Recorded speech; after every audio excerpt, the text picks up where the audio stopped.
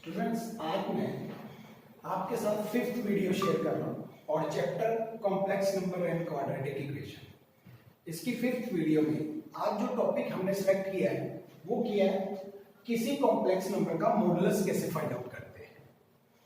दोबारा से बोलता हूँ, किसी कॉम्प्लेक्स नंबर का मॉडुलस, यस बोलिए मॉडुलस, और मॉडुलस किस तरीके से फाइंड आउट करते हैं वो हम आपको सिखाएंगे। इसका सिंबल चेक कीजिए। अगर कॉम्प्लेक्स नंबर को हम z से डिनोट करें, ये आपको पता है कॉम्प्लेक्स नंबर हमेशा z से डिनोट करने की आदत डाल दीजिए। अगर एक क्वेश्चन में एक से ज्यादा कॉम्प्लेक्स नंबर दिखे तो फर्स्ट कॉम्प्लेक्स नंबर को z1, दूसरे को z2, z3 एंड सो।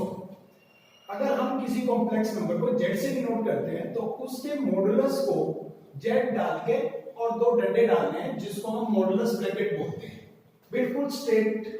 या फिर एक और सिंबल है r, ज्यादा फेमस यही सिंबल है। तो आपको मॉडुलस के लिए z मॉडुलस यूज करना है, जिसको हम बोलते हैं z मॉडुलस। फार्मूला की कॉपी में फार्मूला कैसे लिखेंगे कि अगर एक complex number a plus b iota से डिनोट किया जाए तो उसका मॉडुलस, जिसको हम z मॉडुलस या r बोलेंगे, स्मॉल r, वो किस तरीके से फाइंड आउट करते हैं? रियल पार्ट पढ़ के उसका स्क्वायर, इमेजिनरी पार्ट और उसका स्क्वायर दोनों को ऐड और रूट, इस तरीके से हम किसी कॉम्प्लेक्स नंबर का मॉडुलस फाइंड आउट कर सकते हैं। इसको मैंने दूसरे व्यू से भी लिखा है कि आप इस कॉम्प्लेक्स का रियल पार्ट पढ़िए और उसका स्क्वायर कर दीजिए, इमेजिनरी पार्ट पढ़ के उसका भी स्क्वायर कर दीजिए, दोनों को ऐड कर दीजिए और रूट कर दीजिए। इस तरीके से आपको किसी कॉम्प्लेक्स नंबर का मॉडुलस मिल जाता है। तो क्वेश्चन से ज्यादा समझ आएगा। अब क्वेश्चन स्टार्ट करते हैं। Find the modulus of a complex number this. तो इस कॉम्प्लेक्स नंबर का आपको क्या फाइंड आउट करना है? मॉडुलस। तो सबसे पहले हम इस कॉम्प्लेक्स नंबर को लिख रहे हैं, जेड से मार्क कर रहे हैं। फिर हमें ये कॉम्प्लेक्स नंबर पसंद ही नहीं आया क्योंकि ये स्टैंडर्ड फॉर्म में नहीं है। स्टैंडर्ड फॉर्म मतलब इस चैप्टर की सबसे बड़ी शर्त है कि किसी भी कॉम्प्लेक्स नंबर को स्टैंडर्ड फॉर्म हम तब बोलेंगे जब उसमें आइटा से बड़ी पावर ना दिखे और डिनोमिनेटर में कभी भी आइटा ना दिखे। तो आज ऊपर या नीचे जहां भी हमारा न्यूमरेटर या डिनोमिनेटर पे, अंश या हर पे जहां भी हमारा ध्यान जाता है, ये तो बात क्लियर है कि आइटा से बड़ी पावर नहीं है, लेकिन डिनोमिनेटर में कभी आइटा भी नहीं दिखना चाहिए, ये भी एक शर्त है। तो इसको हटाने के लिए हमें हमेशा रैशनलाइजेशन स्टेप भी लगाना पड़ता है। तो रैशनलाइजेशन किस तरीके से लगते हैं कि इमेजिनरी पार्ट का साइन चेंज कर दिया जाता है। तो -5 बिल्कुल सेम लिखा और -4 आइटा को रैशनलाइज करते हुए +4 आइटा न्यूमरेटर और डिनोमिनेटर में सेम ब्रैकेट लिखना, ये कहलाता है रैशनलाइजेशन, जिसको आप हिंदी में बोलते हैं प्रीम्यकरण। तो आपने ये प्रीम्यकरण किया, जिससे अब क्या होगा कि नीचे से आइटा दिखना बंद हो जाएगा। एक दो स्टेप आप चलिए, फिर आपको समझ आएगा। तो ऊपर आप मल्टीप्लाई शुरू करेंगे 2 को इस पूरी ब्रैकेट से और 3 आइटा को इस पूरी ब्रैकेट से। तो ये मैंने बहुत अच्छी तरह से समझाया है। 2 लिखने के बाद पूरी ब्रैकेट, 3 आइटा प्लस 3 आइटा लिखने के बाद पूरी ब्रैकेट, और नीचे मल्टीप्लिकेशन करने में टाइम वेस्ट बिल्कुल नहीं करेंगे। नीचे आप एक फार्मूला अप्लाई करेंगे, एक ब्रैकेट a माइनस b है, एक ब्रैकेट a प्लस b है, तो इसकी मल्टीप्लिकेशन आप फार्मूले से भी कर सकते हैं, a square minus b square. तो उस नॉलेज से आपको a स्क्वायर में -5 का स्क्वायर लिखना है और माइनस b स्क्वायर में आपको 4 आइटा का होल का स्क्वायर लिखना है। और जैसे ही आप 2 की एंट्री करते हैं तो 5 बन जाता है -10 और 4 आइटा बन जाता है 8 आइटा, और 3 आइटा के अंदर एंट्री करते हैं तो -15 आइटा, और इसमें करते हैं तो आइटा आइटा आइटा स्क्वायर हो जाता है और 12 आइटा स्क्वायर। और नीचे आप खोलते हैं तो -5 का स्क्वायर करने से माइनस प्लस हो जाएंगे, आपको मिलेगा 25, और 4 आइटा का मिलेगा आपको 16 आइटा स्क्वायर। और आपको पता है कि आइटा स्क्वायर की वैल्यू कितनी होती है? -1। तो आइटा स्क्वायर की वैल्यू जहां भी आपको आइटा स्क्वायर दिख रहा है वहां आप -1 जैसे ही यहां पे लिखते हैं -1 तो ये आपको -12 दिखेगा। -12 और -10, नेक्स्ट टाइम मैंने -22 लिख दिया, और इसका बैलेंस अगर आप चेक करेंगे तो -7 आइटा बनेगा। और नीचे आइटा स्क्वायर की वैल्यू जब आपने -1 लिखी तो +16 हो जाएगा, 25 + 16 वो आपको 41 दिखेगा। तो रियल पार्ट के नीचे अलग और इमेजिनरी पार्ट के नीचे डिनोमिनेटर को अलग लिख दिया, जिससे अब हम इस कॉम्प्लेक्स नंबर का रियल पार्ट भी पढ़ पा रहे हैं और इमेजिनरी पार्ट भी पढ़ पा रहे हैं। तो इस कॉम्प्लेक्स नंबर का अगर कोई मुझे कहे कि इस कॉम्प्लेक्स नंबर को आप इसका रियल पार्ट पढ़ के सुनाइए तो मैं पढ़ूंगा -22/41। और अगर मुझे कोई कहे कि इसका इमेजिनरी पार्ट पढ़िए तो मुझे पढ़ना चाहिए -7/41। तो आपको ये a और b मिल गया है क्वेश्चन का। अब आपको मॉडुलस फाइंड आउट करना है। अब अब ये कॉम्प्लेक्स नंबर स्टैंडर्ड फॉर्म में आ चुका है और अब आप इसका मॉडुलस फाइंड आउट करने के लिए इसका सिंबल भी लिखेंगे और रियल पार्ट पिक करके उसका स्क्वायर, इमेजिनरी पार्ट साइन भी साथ में उठाना है -4/41 whole square, -7/41 sorry whole square whole root. जब आप 22 का स्क्वायर करते हैं 484 और 41 का स्क्वायर करते हैं तो 681 और 7 का स्क्वायर 49 और 41 का स्क्वायर करते हैं तो 681। फिर आप इनको ऐड करते हैं एलसीएम लेके तो 533/1681 बनता है और ये आपस में 41 की जगह पे कैंसिल हो जाता है तो 13/41 और 13/41 आपका रूट में आंसर आ गया जो इस कॉम्प्लेक्स नंबर का मॉडुलस वैल्यू है और इसका सिंबल ये रहा और ये हमारा आंसर। नेक्स्ट क्वेश्चन स्टूडेंट्स, अब हमें एक कॉम्प्लेक्स नंबर दिया गया है Z1 2 माइनस आइटा, एक सेकंड कॉम्प्लेक्स नंबर दिया गया है Z2 नाम से 1 प्लस आइटा और हमें ये फाइंड आउट करना है। तो आपको समझ आ रहा होगा कि इसमें भी मॉडुलस यूज किया गया है, लेकिन ये एक्सप्रेशन बहुत भारी भरकम है। पहले आपको इस एक्सप्रेशन की वैल्यू फाइंड आउट करनी पड़ेगी जो यहाँ पे लिखा गया। तो आपको Z1 की वैल्यू क्या दी गई 2 माइनस आइटा, Z2 की वैल्यू 1 प्लस आइटा, हमने 1 और 2 मार्क किया इनको। फिर जिस एक्सप्रेशन का मॉडुलस हमें फाइंड आउट करना है पहले उसी एक्सप्रेशन की कैलकुलेशन शुरू करते हैं। Z1 प्लस Z2 प्लस 1 और दूसरी बात Z1 minus Z2 plus 1। Z1 की जगह Z1 वाली वैल्यू फिल कर दी, Z2 की जगह Z2 वाली वैल्यू फिल कर दी, नीचे भी ऐसे ही किया Z1 की जगह और Z2 की जगह वैल्यू पुट कर दी और पीछे लिखा कमेंट की using result 1 and 2।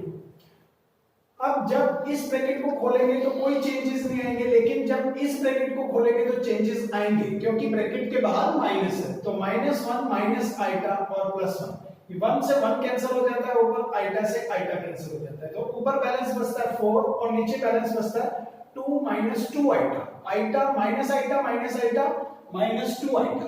Iota square कोई ना लिखे क्योंकि वो मल्टीप्लिकेशन से बनता है, तो हमें इसको ऐड करना है -आइटा -2 आइटा।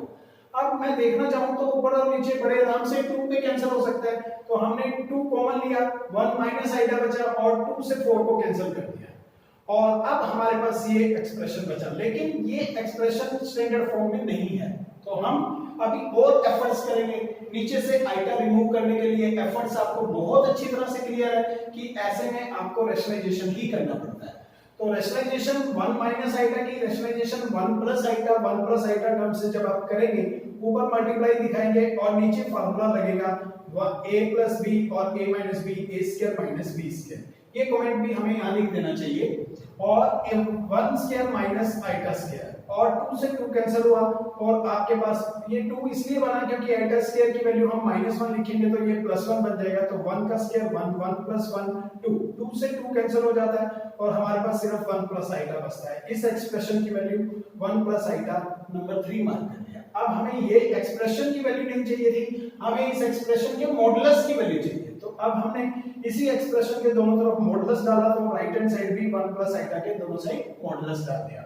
और जब आप इसकी कैलकुलेशन करना चाहते हैं तो आप मॉडुलस के बारे में सीख चुके होंगे। रियल पार्ट पढ़ना है, उसका स्क्वायर करना है, इमेजिनरी पार्ट जो यहाँ पे दिख रहा है वो 1 है और उसको पढ़ के उसका भी स्क्वायर करना है, ऐड करना है और रूट कर देना है। तो 1 का स्क्वायर प्लस 1 का स्क्वायर 1 + 1 यानी 2, तो √2 हमारा इस वैल्यू का आंसर आ गया जिसको हमने निकाला। इस वीडियो के एंड में स्टूडेंट्स मैं आपको एक असाइनमेंट नंबर 5 दे रहा हूँ। इस असाइनमेंट में मैं 5 क्वेश्चन और उनके आंसर भी लिख के दे रहा हूँ आपको ये असाइनमेंट सोल्व करनी है। अगर कोई प्रॉब्लम आती है तो आप मुझसे बात कर सकते हैं। इनमें से कुछ असाइनमेंट का थोड़ा सा हिंट मैं आपको देना चाहूंगा। जैसे इस क्वेश्चन को समझने की कोशिश करें। ये कॉम्प्लेक्स नंबर आप क्या पढ़ेंगे 3 + आयोटा 2 - आयोटा। रीजन क्योंकि आयोटा की वैल्यू आपने याद की है रूट में -1। एक आपको ये हेल्प करेगा, एक आपको ये सिंबल भी बिल्कुल नया लग रहा होगा। जिसने इससे पिछली वीडियो 4 नंबर वीडियो देखी है उसको इस सिंबल के बारे में पता है कि ये कंजुगेट का सिंबल होता है और जब हम कंजुगेट करते हैं तो क्या चेंज आता है कि सिर्फ इमेजिनरी पार्ट का साइन चेंज हो जाता है। तो जब ये कंजुगेट हटेगा तो किस तरीके से हटेगा 2 - 3 आएगा और इसमें हटाने से पहले आपको आइटा की 3 पावर को इवन पावर में ब्रेक करना पड़ेगा। आइटा की 2 into आइटा, फिर उससे क्वेश्चन होगा और फिर कंजुगेट का प्रॉपर्टी भी लगेगी। इसमें आइटा की 4 को भी आपको ब्रेक करना पड़ेगा, iota square raise to power 2। फिर इस तरीके से आपको काफी मेहनत करने के बाद एक अच्छा कॉम्प्लेक्स नंबर मिलेगा, फिर आप उसका मॉडुलस फाइंड आउट कर पाएंगे। अगर ये क्वेश्चन करना है तो आपको इसमें रैशनलाइजेशन की डिमांड है, अगर ये क्वेश्चन करना है तो इसमें आपको स्क्वायर खोलना आना चाहिए। और स्क्वायर खोलने के लिए कौन से फार्मूले की हेल्प पड़ेगी आपको? a - b whole square, a square plus b square minus 2ab। तो ये कुछ मैंने हिंट दिए जो आपको हेल्पफुल हो सकते हैं जब आप इस असाइनमेंट को सॉल्व करेंगे। फिर भी अगर कोई प्रॉब्लम आती है तो आप मेरे पर्सनल फोन नंबर पे आप मुझसे बात कर सकते हैं या फिर मैसेज कर सकते हैं, मैं आपका जरूर जवाब दूंगा। अब स्टूडेंट्स कुछ पर्सनल बात करते हैं। मैं आपको अब तक 5 वीडियो भेज चुका हूँ और स्टूडेंट्स मेरी भी एक्सपेक्टेशंस ये रहती हैं कि हमारे स्टूडेंट्स हमारे को कमेंट करें, हमें बताएं कि सर हमें समझ आ रहा है या नहीं, क्योंकि बहुत सारे बच्चे 10th तक का जो कल्चर रहता है वो रहता है हिंदी मीडियम, और जैसे ही साइंस सेलेक्ट करते हैं +1 में तो उनको ये सब मैथमेटिक्स इंग्लिश में पढ़ना पड़ता है। मैं खुद जब मैं 10th पढ़ा तो मैं खुद हिंदी मीडियम से पढ़ा, लेकिन शुरू में मुझे भी याद है कि 1-2 महीना बहुत दिक्कत आती है, लेकिन जैसे जैसे आप इस शब्दों को बार बार पढ़ना शुरू करते हैं कि प्रीमैकरण को हम रैशनलाइजेशन बोलते हैं, और जब भी कोई फार्मूला यूज करते हैं तो पीछे लिखना चाहिए यूजिंग दिस। जब भी कुछ गिवन होता है तो उसको आगे आपको दिया है लिखने की बजाय गिवन लिखना है। तो ये कुछ वर्ड हैं जो आपको फेमिलियर हो जाएंगे, और मुझे लगता है कि जब मैंने भी 10th हिंदी मीडियम से की थी और +1 में पहुंचा तो +1 के कुछ शुरुआत के दिनों में मैं बहुत परेशान रहा, लेकिन जैसे जैसे मैं आगे बढ़ा तो तब आज की डेट में अगर मुझसे कोई पूछता है कि मैथमेटिक्स हिंदी में इजी है या इंग्लिश में, तो मैं कहना चाहूंगा इंग्लिश में ज्यादा इजी है बजाय हिंदी के। तो आपको इससे डरना नहीं है, आपको मुझे कमेंट करना है कि सर मुझे यहाँ समझ नहीं आ रहा, सर मुझे यहाँ पे आपकी कुछ और हेल्प की जरूरत है कि आप सर यहाँ पे हिंदी में ज्यादा बताइए, ये पैरा। तो इस तरीके का कोई भी कमेंट, या फिर बहुत कुछ समझ आ रहा है तो आप वेल डन लिखेंगे सर कि बहुत अच्छा समझ आ रहा है, आप इस तरीके से थंब बना देते हैं, तो वो सब इस तरीके के जो सिंबल्स आप हमें भेज देते हैं, मैसेज कमेंट्स यूट्यूब पे देखते हुए आप हमें भेज देते हैं, तो वो हमारे लिए एक टॉनिक का काम करते हैं। तो उससे हम फिर बहुत अच्छी मेहनत करके आप तक और अच्छी वीडियो भेज सकते हैं। तो एक्सपेक्टेशंस हैं कि आप बहुत अच्छी तरह से इसे समझ रहे होंगे, डेली का काम डेली कर रहे होंगे और इंजॉय करके कर रहे होंगे, ना कि आप इसको एक अपने ऊपर कि मेरे ऊपर कोई थोप दिया गया है, ऐसा नहीं है।